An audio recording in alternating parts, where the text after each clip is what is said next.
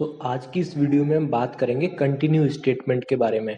Last वाली video में हमने देखा था कि ब्रेक स्टेटमेंट क्या होती है और ब्रेक स्टेटमेंट कैसे काम करती है और ब्रेक स्टेटमेंट को कहाँ पर यूज़ किया जाता है। ये सारी बातें हमने लास्ट वाली वीडियो में करी थी। अगर आपने ब्रेक स्टेटमेंट वाली वीडियो नहीं चेक करी है तो आप जाके उसको चेक कर सकते हो, क्योंकि कंटिन्यू स्टेटमेंट जो है ब्रेक स्टेटमेंट के सिमिलर ही जगह पर यूज़ किया जाता है, लेकिन वर्किंग उसका थोड़ा सा अलग है। तो वर्किंग को समझने के लिए हम क्या करेंगे, सबसे पहले एक प्रोग्राम को देखते हैं और प्रोग्राम को देखने के लिए हम चलते हैं वीएस कोड में।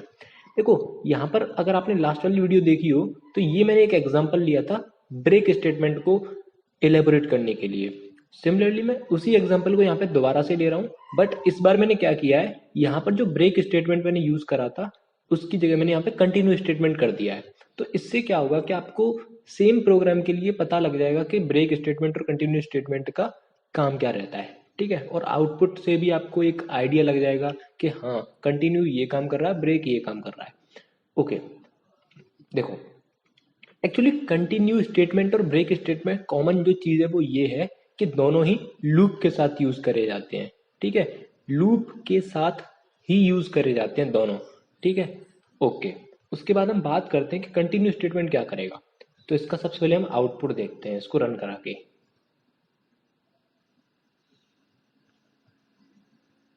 अभी थोड़ा सा लेट रन हो रहा है ये, एक मिनट रुको, इसको दोबारा से रन करते हैं। हाँ, अभी ये बिल्कुल सही रन हुआ है। नहीं, रन तो पिछली बार भी सही हुआ था, लेकिन थोड़ा सा मैं इसको रीरन किया है क्योंकि पुराना कुछ आउटपुट उसमें आ रहा था। ओके, तो देखो काम कैसे कर रहा है वो हमें देखना है। सबसे पहले क्या होगा, ये जो रेंज फंक्शन है, एक्चुअली ये रेंज फंक्शन क्या करता है, एक सीक्वेंस रिटर्न करेगा जिसमें नंबर्स होंगे कहाँ से कहाँ तक, 1 से लेके 9 तक, क्योंकि ये जो 10 है ये एक्सक्लूडिंग वैल्यू होती है। तो सबसे पहला जो इटरेशन होगा उसमें होगा क्या कि आई को 1 असाइन हो जाएगा, क्योंकि 1 इक्वल नहीं है 5 के, तो ये कंटिन्यू स्टेटमेंट एग्जीक्यूट नहीं होगा और आपका प्रिंट यहाँ पे आई हो जाएगा। तो सबसे पहले आपका प्रिंट क्या हो गया, 1, और साथ में ये स्पेस भी जो है वो प्रिंट हो गया। ओके, तो नेक्स्ट इटरेशन में आपका क्या होगा, आई की वैल्यू 2 हो जाएगी। तो एक टाइम आएगा कि आपका आई की वैल्यू जो है 5 होगी। ओके, अब एक इटरेशन ऐसा होगा, देखो यहाँ तक 4 तक तो आपका सिंपल प्रिंट होगा, आपको कोई भी प्रॉब्लम नहीं होगी। अब क्या होगा अगर आई की वैल्यू 5 हो जाए, तो अगर आई की वैल्यू होती है 5, इसका मतलब होगा ये कि ये कंडीशन हो जाएगी ट्रू, और अगर ये कंडीशन ट्रू होगी तो ये कंटिन्यू स्टेटमेंट जो है इसको एग्जीक्यूट कर दिया जाएगा। जब ये कंटिन्यू स्टेटमेंट एग्जीक्यूट होगी तब क्या होगा, तब कुछ नहीं होगा, यहां से जो कंट्रोल है, ध्यान से सुनना, कंटिन्यू स्टेटमेंट और ब्रेक स्टेटमेंट अंतर क्या है वो इस पॉइंट पे आपको पता लगेगा। जब यहाँ पे हम ब्रेक का यूज कर रहे थे तो हो क्या रहा था कि यहाँ से इसको एग्जीक्यूट करने का सीधा जो कंट्रोल था वो इस लूप से बाहर आ गया था, जो कि हाई को प्रिंट कर दिया था यहाँ पे। ओके, लेकिन कंटिन्यू स्टेटमेंट में क्या होता है कि अगर कंडीशन ट्रू होती है, कंटिन्यू स्टेटमेंट चलेगी, तो उससे नीचे का कोड जो है उसको स्किप कर दिया जाएगा।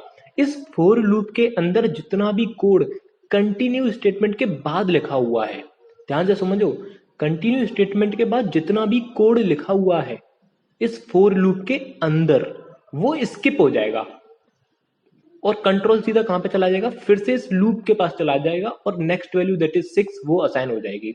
लेकिन ब्रेक में क्या हो रहा था, इस लूप से हम बाहर आ रहे थे, लेकिन कंटिन्यू में क्या होगा, उस इटरेशन के लिए जिस इटरेशन में ये कंडीशन ट्रू हुई है, उस इटरेशन के लिए इस कंटिन्यू के नीचे का कोड जो है, कंटिन्यू के नीचे का जितना भी कोड होगा वो सब स्किप हो जाएगा।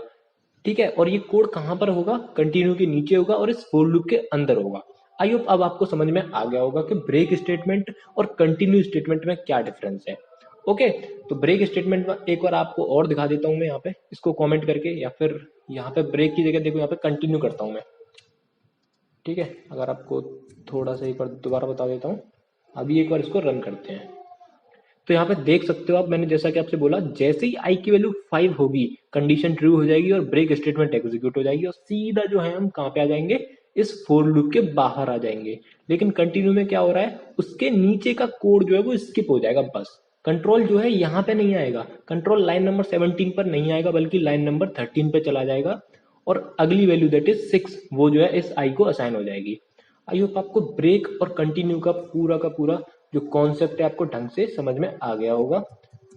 आज की इस वीडियो में इतना ही रखते हैं। इतना ही क्या, बहुत छोटा सा कॉन्सेप्ट है जिसको समझने में शायद ही आपको प्रॉब्लम हुई होगी। बाकी मिलते हैं नेक्स्ट वीडियो में, तब तक के लिए टाटा।